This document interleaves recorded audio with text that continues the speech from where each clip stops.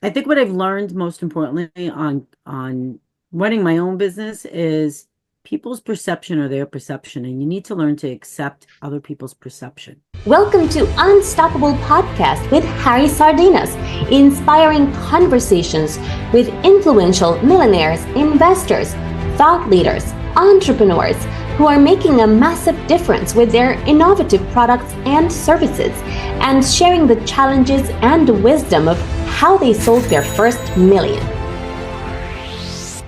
Then But don't do also have a it. plan B. Like for example, in corporate, we definitely don't recommend everyone to listen this broadcast and then quit straight away and say I'm gonna start a business. But No, on the side, if you have your corporate job and you know that well, there is always restructuring, there is always merge, acquisition, buying, selling, hmm and somebody new comes and because they don't know anybody, they say, you know what, last week performance, last month performance, show me the numbers. At least that I need, I don't need the 30 people, and now you are a number and you don't even know what happened. That has nothing to do with you. It's out of your control. So it could be a good idea, especially because I think people in corporate, that women in corporate, people in corporate in general, they have a lot of skills. They're very well prepared. They have network. They have right. so on the side at your own time, you can to start to think what would you like to do on the side? What business plan you have? You can design a pilot product and try to go down and sell it, or to your friends, or to your family, see if somebody want to buy it, or to someone to the market at a small scale. See the feedback. You can people in corporate can do a lot of consultancy. That's because Mm, they do have skills, right? And that's on the right. side, they can start to learning the skill. I think that become an entrepreneur is a skill. Is everyone can become a great entrepreneur. The more you practice, the better you become. This is how it works. Um, there is no shortcuts. Regardless that you read a lot of books and you ask for help, you have to go out and do it. And this for itself, nobody's gonna do it for you. If somebody does it for you, the second sale you have to do it. So it doesn't. Eventually, it will come to you. You might need to face this challenge. So I think that from here we want all the entrepreneurs to be healthy, wealthy, and happy. So one of the part of being healthy is to have a good mental health. And I think if you're in a hmm place that you're not fulfilled, that you have a stress, that you don't know who's gonna go next, or sometimes the value of the company is they're not aligned with your values, and you're actually uncomfortable there, and you need to feel in a different way. So, Michelle, what are the regarding culture? Yeah, what do you think culture incorporate, and then when you want the culture for your own company, any lessons there? Culture is key, right? But it comes from the leaders. It's easy for me to write down a mission statement. It's easy for me to tell you this is my corporate culture and this is what I want to say. But if you don't live it, people know it. I've worked in plenty of businesses where, oh, this is our culture. You get in there and you're like, that's not the culture at all. And I'm sure a lot of people can identify with that. Corporate culture is about how you treat others, right? And it's about what you really value, and what you share in that value. And I, I can attest from my own that I think the most important thing is the feeling of belonging, right? Allowing people to say what's on their mind, bring their ideas. Nothing is wrong, right? Like if they I think what I've learned most importantly on running my own business is people's perception or their perception, and you need to learn to accept other people's perception when it comes to Mm, culture, mm, right? Because the way I look at something may not be the same as the way Harry looks at something.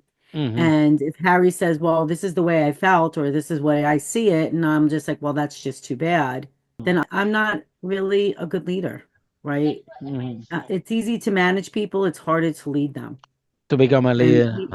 and leading And them is, now, and yeah, it's it's part of the about culture. entrepreneurship. Nobody told you that you have to become a leader. You thought that you're gonna be in business, and all you have to do is just have a product, sell it, make some profit, you make an extra money. Yeah. You thought that is what you had to do, And now, my God, I have to become a leader. I have to touch, move, and inspire my employees, my clients. I have to create that culture around the product and what it really means. And Right. so we're going to through different process in the entrepreneurship journey. So Michelle, tell us about your book. Tell us where can we find your book? What is your favorite chapter? Why do you wrote this book? So my book What's the itself title? can be found on, well, the name of the title is Overcoming the Fear of Entrepreneurship and Solopreneurship and Transform to a Game Changer. Wow, very I know it's a powerful. long title, but Uh, yeah, you can find it on Kindle. It's out there. It's on Amazon. I just actually launched it. That's my second book. I have a couple other books that are out there that I wrote, but a lot of them are self journeys, right? Like the book itself is why do some people get their ideas off the ground and others don't? Really? And that's mhm. the premise of it. Exactly. It's come from the question I was asking you about corporate and everything. I know that Yeah, there are people listening this broadcast right now, and they are, oh my God, I wish I had that courage so do I. to start my own thing. And the sad thing is, most of them never done it. And one day, unexpectedly, they got fired, and then a lot of mental health issues, obesity, drinking, you name Yeah. it, happen, and just because not having that courage. But I don't think that is not having the courage. I think that people what they need is culture. They need community. They need to know people that have done it. And as soon as Yes. they can see role models, that's one of the reasons why we do this broadcast. So they can, when you see role models, when you see people that actually have done it, you start to believe that it's actually possible, and you can do it. And hey, you don't need to become a multimillionaire. If this is what you really want, you go for it. Yeah, you have to pay a price though. Sometimes people come and say, Harry, come, let's do this business. We're gonna make millions. I'm like, I think that the input that I Mm. had to put in this thing, the millions are not worth it that much. I value more my time. Keep the Exactly. millions. You don't need, you know what I mean? So Exactly. sometimes you have to see what input are you gonna what you're gonna take, and what do you really need to be happy to have. I talk a lot about this concept millionaire lifestyle. So a lot of people say that they need to have a lot of millions in the bank account to be happy. And how about if you design your millionaire lifestyle? I don't know. I'm cooking my own food because I'm in this weight loss thing. I'm a little bit chubby. Part of the reason why I'm a little bit chubby is the entrepreneur journey, which is bring stress along with it. Yes. And then you eat more than what you're supposed to, and you don't have time, so you eat any type of food that you find. And now I have time to go and buy good food, and I cook it, and I eat something really good. It takes a lot of time, but I had the time. If Yeah, you you know what I learn though, mean. right, Harry? Yeah, You to look took it. after yourself, Yeah, you because we need to learned. learn about to talk about look after ourselves, because with growing a Hmm. company, our body take a hit as well. Yeah.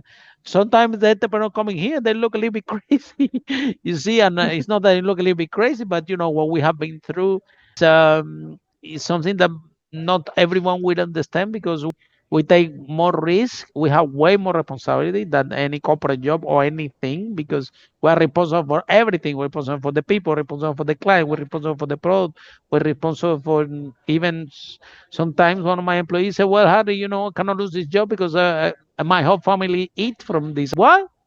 From so you are It's responsible for yeah. things that you don't even know that you're responsible, and Yeah. that creates stress. So, Michelle, if someone is in love with this conversation and they want to buy your books and they want to learn more about you, or someone in corporate want at least some support, maybe a sentence from you, you can do it. That would be enough. What that woman or what that person needs, how people can find you, how this process work. Yeah, absolutely. So listen, I'm on LinkedIn. Come look me up on LinkedIn. You'll find me there.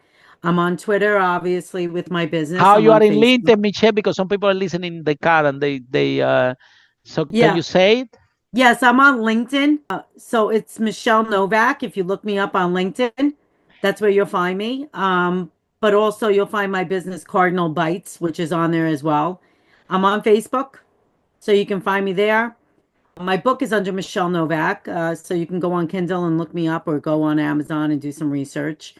But you can also reach me if you want to call me. Just call me. Thank you. Wow, that's amazing. I'll Thank you give you so my much. phone number. You can Very call me. I kind. take everybody's call. I don't care. Very kind. Thank you so I much, just Michelle. had a girl the other day that I was mentoring, and she reached out to me because I Wow. mentored her a couple of months ago, and she actually reached out to me on LinkedIn, and she said she finally found a job in cyber. I was mentoring her. And Wow. she's like, I just want to thank you. And I said, oh my God, because I think it was last year. I do mentoring every now and then for younger girls looking to Yes, break. very So I was fulfilling. very happy for her. Yeah, Yeah. I mean, that's what it's all about, giving back. You said build a community, right, Hmm. Harry? That's very important. And happiness doesn't come from other things. Happiness comes from within Absolutely. And when yourself you make the first. difference And on then other to human everybody. being, this is how it's gonna give you a level of fulfillment, and you get paid in another currency, better than money. That's You will right. pay love, It's in better. appreciation. You don't get sick. You see, because everybody love you. That energy comes to you. Now you're not even sick. So it's amazing to be in that space, try to help out. So thank you so much, Michelle. And for all of you following this broadcast, see you in our next episode of Unstoppable How Brave Entrepreneur like Michelle break that wall and achieve the first million. Bye for now. Follow us for more interviews with world's most influential, audacious entrepreneurs that overcame challenges and adversity, providing you with the blueprint of how they sold their first million so you can grow your business exponentially.